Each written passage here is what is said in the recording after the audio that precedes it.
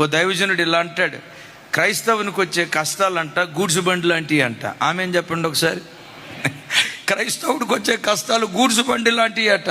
అన్న గూడ్స్ బండి ఏంటన్నా అని అంటారా? గూడ్స్ బండికి ఎన్ని పెట్టెలు ఉంటాయి? లెక్కేద్దామని చూస్తే ఇదిగో ఒక పెట్టి పోతా ఉంటే అమ్మయ్యా ఈ పెట్టిపోయింది అని అనుకునే లోపు ఇంకో పెట్టి అంటది నేనున్నా, రెండో పెట్టి వస్తుంది. ఇది పోయింది అనుకునే లోపు మూడో పెట్ట, అది పోయింది అనుకునే లోపు నాలుగో పెట్ట, అది పోయింది అనుకునే లోపు ఐదో పెట్ట. ఇక చివరికి చూసి అది అసలు ఎంత పొడుగుంది ఇది అని చూస్తే తూర్పు దాకా విస్తరించి ఉంటుంది దాని పొడుగు. ఇది పోయింది అనుకునే లోపు ఇంకో పెట్ట, అది పోయింది అనుకునే లోపు ఇంకో పెట్ట. క్రైస్తవ జీవితంలో కూడా ఒక శ్రమను అనుభవిస్తా అనుకుంటావు, ప్రభా ఈ శ్రమ తీసేయ్యా, అయ్యా ఈ శ్రమ తీసేయ్యా, అయ్యా ఈ కష్టం తీసేయ్యా అని అనుకుంటూ ఉంటుండగానే ఆశ్చర్యకరంగా శ్రమ దేవుడు తీసేస్తాడు. ఆ శ్రమలో నుంచి దేవుడు తప్పిస్తాడు. ఆ శ్రమే నీ జీవితంలో నుంచి నిష్క్రమించేటట్లుగా దేవుడు చేస్తాడు. అమ్మయ్య అనే లోపు ఇంకో పెట్టి ప్రత్యక్షమైంది.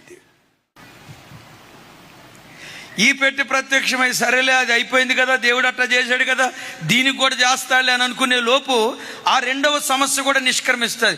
రెండోది నిష్క్రమించే లోపు గూడ్చుబండి మూడో పెట్టి వస్తుంది. అయితే నేనంట ఎన్ని పెట్టెలు వచ్చినా ఏ పెట్టె నిలవదు కదా, ఎన్ని శ్రమలు వచ్చినా ప్రతి శ్రమ నిన్ను దాటి వెళ్ళేటట్లుగా దేవుడు కార్యం చేస్తాడు. నమ్మిన బిడ్డలు చప్పలు కొడుతూ స్తోత్రాలు చెప్దాం. ఏ శ్రమ నిన్ను ముంచలేదు.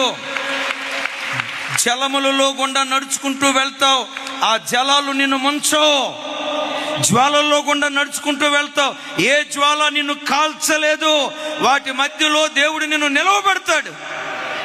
ఎందుకు శ్రమలు అనుమతించాడో చెప్పమంటారా? నేటి శ్రమలే రేపటి సాక్ష్యాలుగా దేవుడు మారుస్తాడు. ఓ భక్తుడు ఇలా అంటాడు, తూర్పు దిక్కున సూర్యుడు ఉదయిస్తాడు అనేది ఎంత ఖచ్చితమో క్రైస్తవుని జీవితంలో శ్రమలు వస్తాయి అనేది కూడా అంతే ఖచ్చితం. ఇంకొక అద్భుతం చెప్పమంటారా? పడమటి దిక్కున సూర్యుడు అస్తమిస్తాడు అనేది ఎంత వాస్తవమో క్రైస్తవుని జీవితంలో ఎదురయ్యే ప్రతి శ్రమ, ప్రతి శోధన ఏదో ఒక రోజు అస్తమించేటట్లుగా దేవుడు కార్యం చేస్తాడు అనేది కూడా అంతే వాస్తవం.